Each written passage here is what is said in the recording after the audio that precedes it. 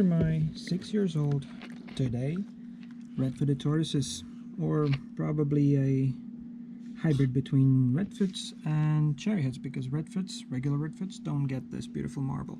And they have grown quite a bit in those 6 years, which means it's difficult to house them. I need a big enclosure.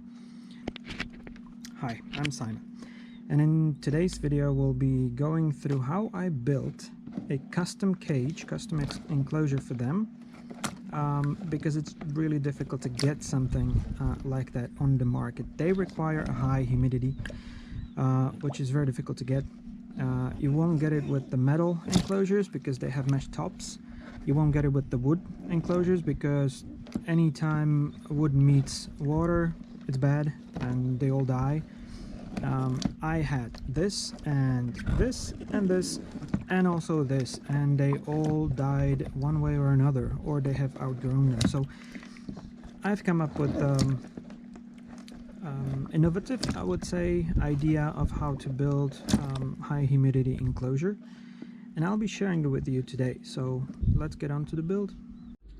This is one of them. This is the new one, and it's not the biggest, but it's just an addition. This is the old one. It's bigger. This I built like 3 years ago, and it served me well. It's 120 times 80 centimeters. The other one is 105 times 50. And this is the hole through which they could go to the other one that used to be here, that I already dismantled. I forgot to press record, I'm sorry.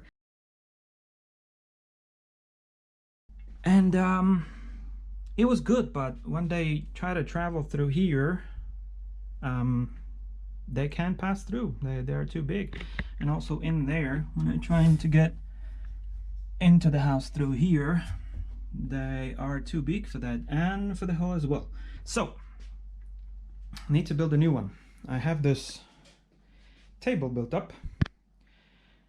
Also, I didn't record that because I didn't have any space. It's kind of a close quarters combat in here, but I have all of it ready, so I will build the table.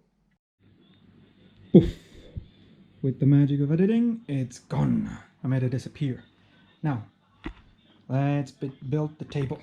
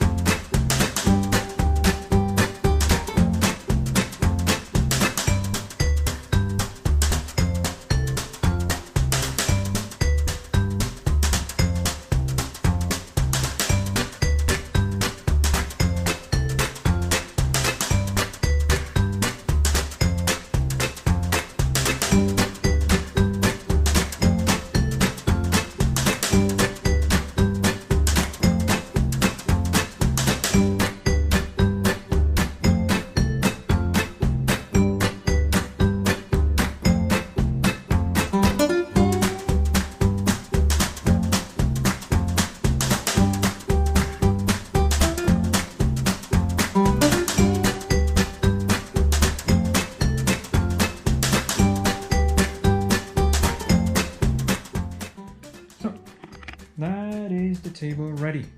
Now comes the complicated part of building the terrarium. So let's get on to that.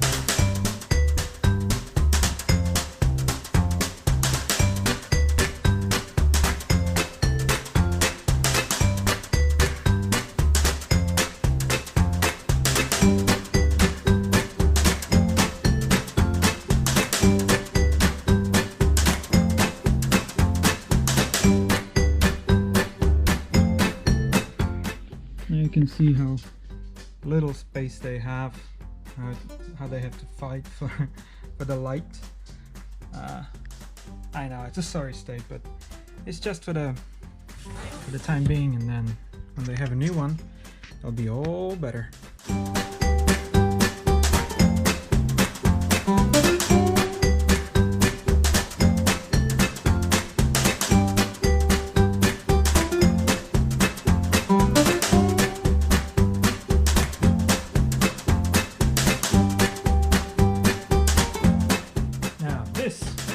Is 30 tongue and groove plastic boarding planks, I would say, made out of recycled plastic. I absolutely love this material. This is the same thing I made my new enclosure out of, and there's just no other way to go. No need to. I've tried all kinds of terrariums, the cages for my redfoots, and I had wooden ones, I had metal ones. Metal ones are usually with mesh on top, which doesn't hold humidity at all. I tried melamine, and I had my humidifier on top of it, which at one day decided to leak all over that enclosure, and the wood just got swollen and it was done. So at that point I realized I have to go plastic. Now, getting plastic is very, very difficult. I mean, you can get plastic, but it's expensive as hell. So I was looking for various alternative forms of plastic, and I came up with this. Plastrecycling.sk is the page I got it from. They are awesome. They supplied this and this. One board like this is, I think, $4.80, and it's 13.2 centimeters high because I'm gonna be mounting it like this, 1.2 meters long and 2.1 centimeters thick. Now this is 30 pieces and it will not be enough. I will have to disassemble the other terrarium as well, but let's cross that bridge when we come to it. Now I'll be taking off just this groove, just like a centimeter here, just so I have a flat surface I can put the screw in.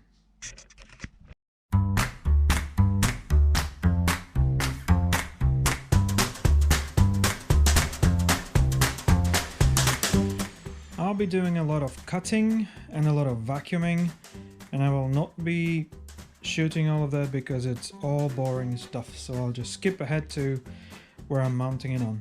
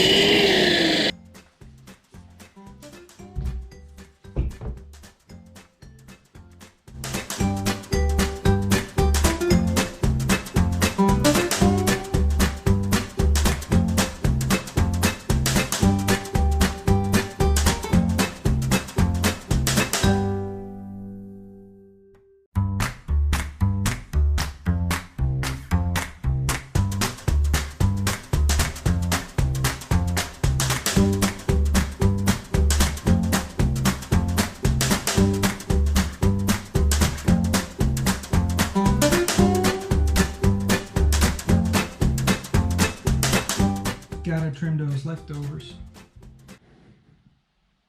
Beautiful. Right, so this is the walls all erected now. Now, I'm gonna have to take them all down again because I gotta move the base a little bit out so that I can get to drill the holes from the bottom. And then I will take this board. This is actually already one of the planks from the old cage that I'm gonna be cannibalizing. It's already cut to the length. This will be one of the supporting beams, so to say, for the roof.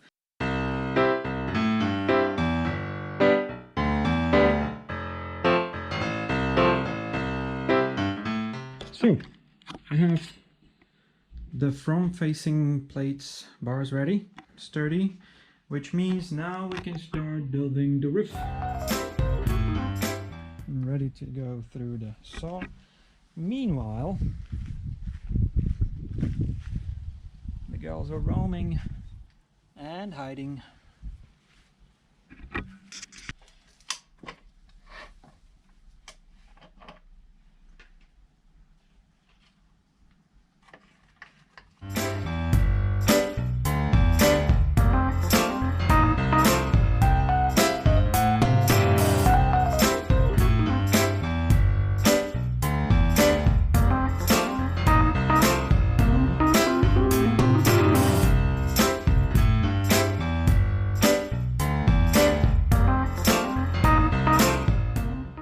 Second beam is there, and I can continue building the other half of the roof.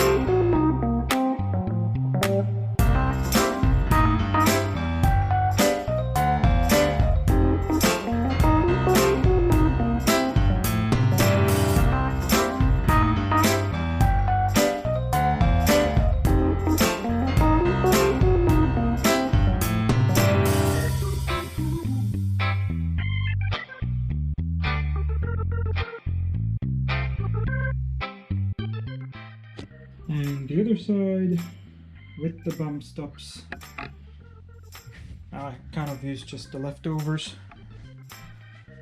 And now I can squeeze it in.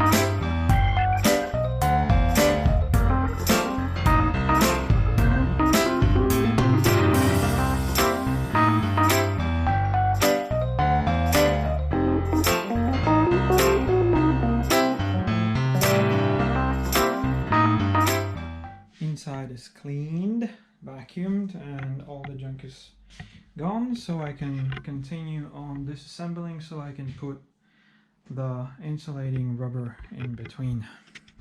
I have a few pieces of this extremely overpriced rubber.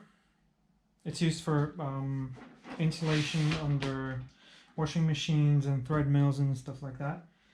It's like 30 bucks for a piece like this. I see absolutely no reason to go with that much, but let's try to fit it in.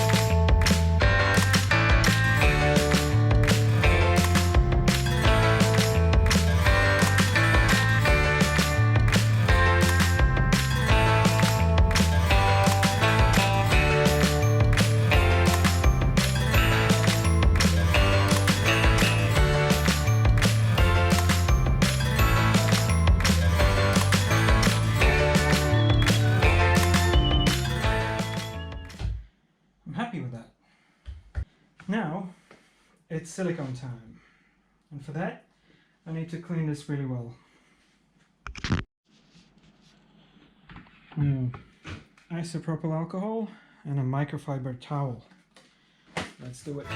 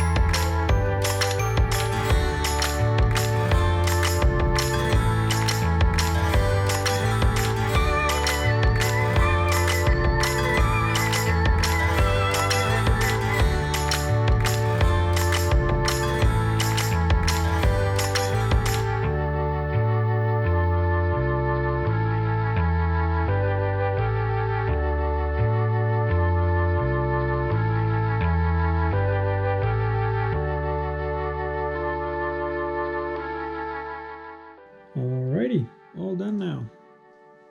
There's a few little pieces like this sticking out. I will take the whole brown board behind it and move it like a centimeter to the back, or half a centimeter. And some other things here and there that I will have to adjust just a little. But the majority is done. It looks amazing, and tomorrow I can move in the torts. And then I can also use this to build a house in there. Like, yay big maybe. Everything's siliconed, everything is done. And it's huge, so they should have plenty of room.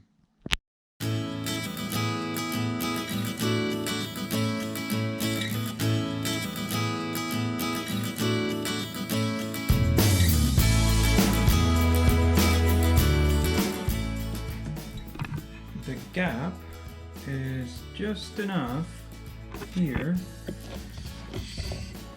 and at the end as well.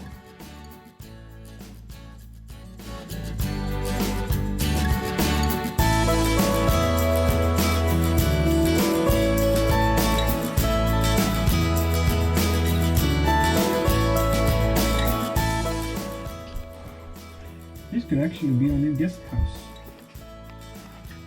Two would be able to sleep here.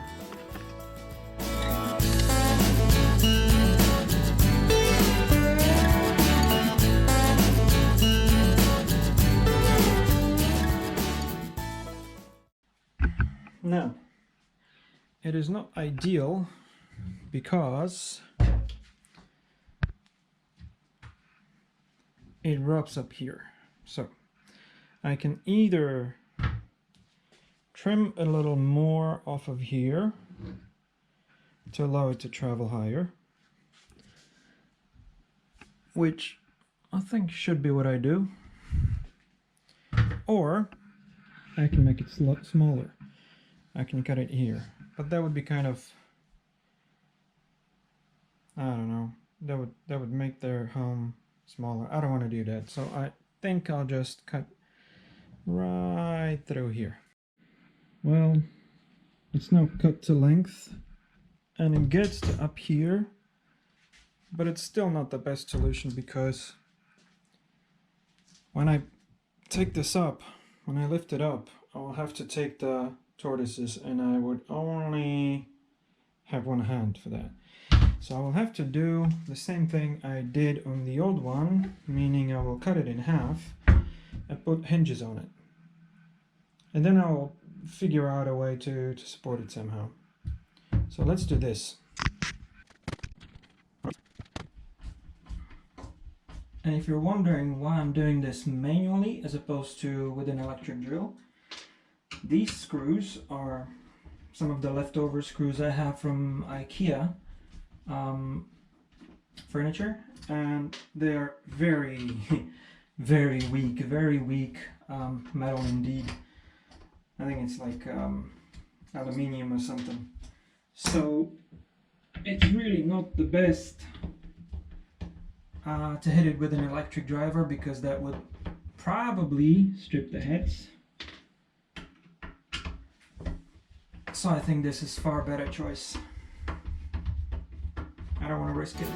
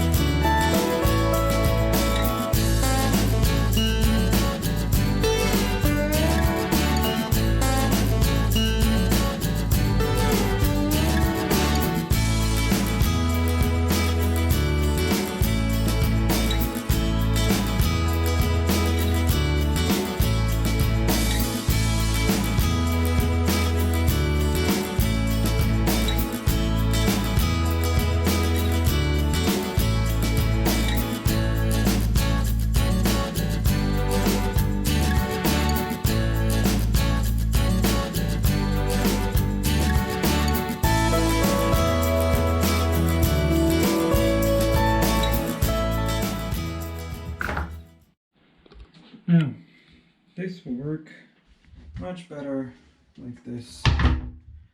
Now we'll be able to put some kind of a latch either in here outside of the cage, or in here on top, which is kind of what I originally planned to do in the old cage as well, but never came to fruition. And in here I just have to build something that will support it in here, and I'm thinking of a T like this.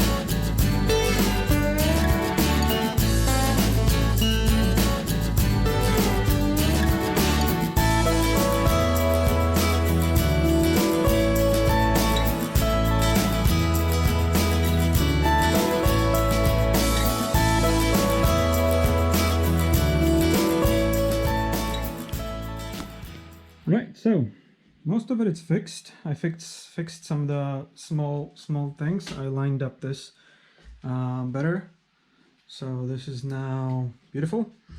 The ventilation holes, I put some hooks in so I can hang some lights. I drilled some holes for the cables, as well as the hole for the humidifier and maybe also mister.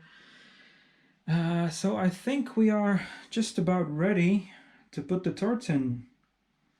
Well, vacuum it out pretty good first, because it's still filthy, and then we can put the soil in. The girls are in. They have the sunny side in here with the UVB and the spotlight. I also tried the UVA light, but these two girls, when they don't see, look at her drinking. When they don't see the light, they will not go there at all. So I have two of these spotlights, but during the move and the build, one of the bulbs broke. I might put one more light somewhere in here. Maybe, possibly, we'll see. And yeah, they seem to like it. And that's about it. Look at them talking. What, girls, do you like it? And this is it. This is the finished product. So it's all in. Doors are back in. I can still open the doors, open their house up,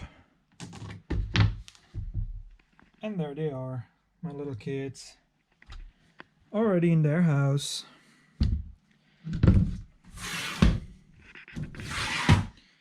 I have also mounted the little bridge that they have, or I don't know what you call it, so that they can get up to the top of the house. That's something they used to do quite often. And now I have the water, they have some lava stones. I originally put the lava stones in there so that they don't get the water dirty, which helped. You can probably guess how much. Yeah, they give it a week and all those stones will be everywhere else but next to the water, and the water will be equally as dirty. They just like to do it. And those big stones will also probably be moved all around. I was thinking about putting some